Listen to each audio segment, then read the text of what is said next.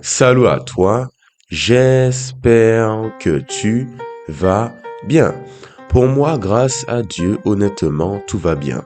En espérant que tu t'es bien réveillé et que ta journée se passe correctement. Et aujourd'hui, nous allons parler d'humilité. Car la réalité est qu'en tant qu'humain, il est compliqué et difficile pour nous de rester humble. On veut se montrer supérieur aux autres et ce, même inconsciemment.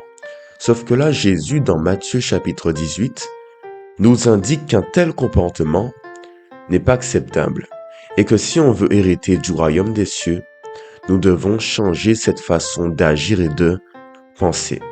Alors le nouvel épisode de Lisons la Bible, en version français courant, Matthieu chapitre 18, allons-y. Pas tout le chapitre, bien évidemment. Go. Tout commence ainsi, verset 1. À ce moment-là, les disciples s'approchèrent de Jésus et dirent, « Qui donc est le plus grand dans le royaume des cieux ?» Jésus appela un petit enfant, le plaça au milieu d'eux et dit, « Je vous le dis en vérité, si vous ne vous convertissez pas et si vous ne devenez pas comme les petits enfants, vous n'entrerez pas dans le royaume des cieux. C'est pourquoi celui qui se rendra humble, comme ce petit enfant, sera le plus grand dans le royaume des cieux. Et celui qui accueille en mon nom, un petit enfant en mon nom, oui, comme celui-ci m'accueille moi-même. Mais si quelqu'un fait trébucher un seul de ces petits qui croient en moi, il vaudrait mieux pour lui qu'on suspende à son cou une meule de moulin et qu'on le jette au fond de la mer. Malheur au monde à cause des pièges. Les pièges sont inévitables, mais malheur à l'homme qui en est responsable. Si ta main ou ton pied te pousse à mal agir, coupe-les et jette-les loin de toi. Mieux vaut pour toi entrer dans la vie boiteux ou manchot que d'avoir 2 pieds ou 2 mains et d'être jeté dans le feu éternel. Et si ton œil te pousse à mal agir, arrache-le et jette-le loin de toi.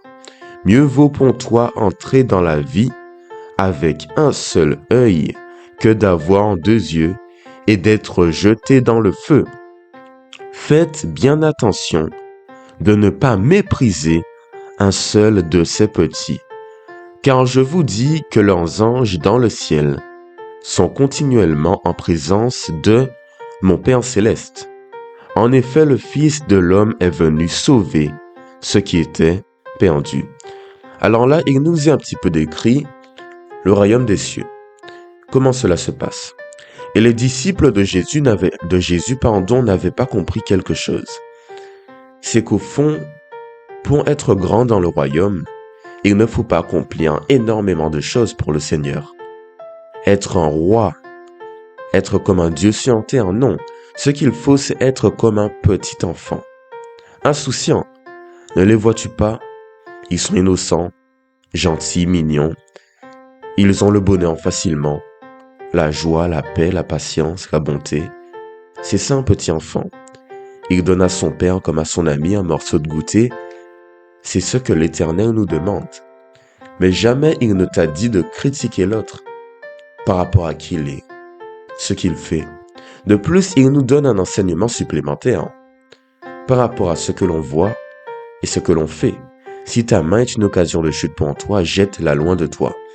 C'est comme une métaphore pareille pour l'œil, mais c'est pour t'expliquer que si tu veux atteindre le royaume des cieux, tu dois être sans défaut devant Dieu, être clair avec lui et mettre toutes les chances de ton côté par la grâce du Seigneur pour atteindre cette félicité, la lumière qui est Dieu.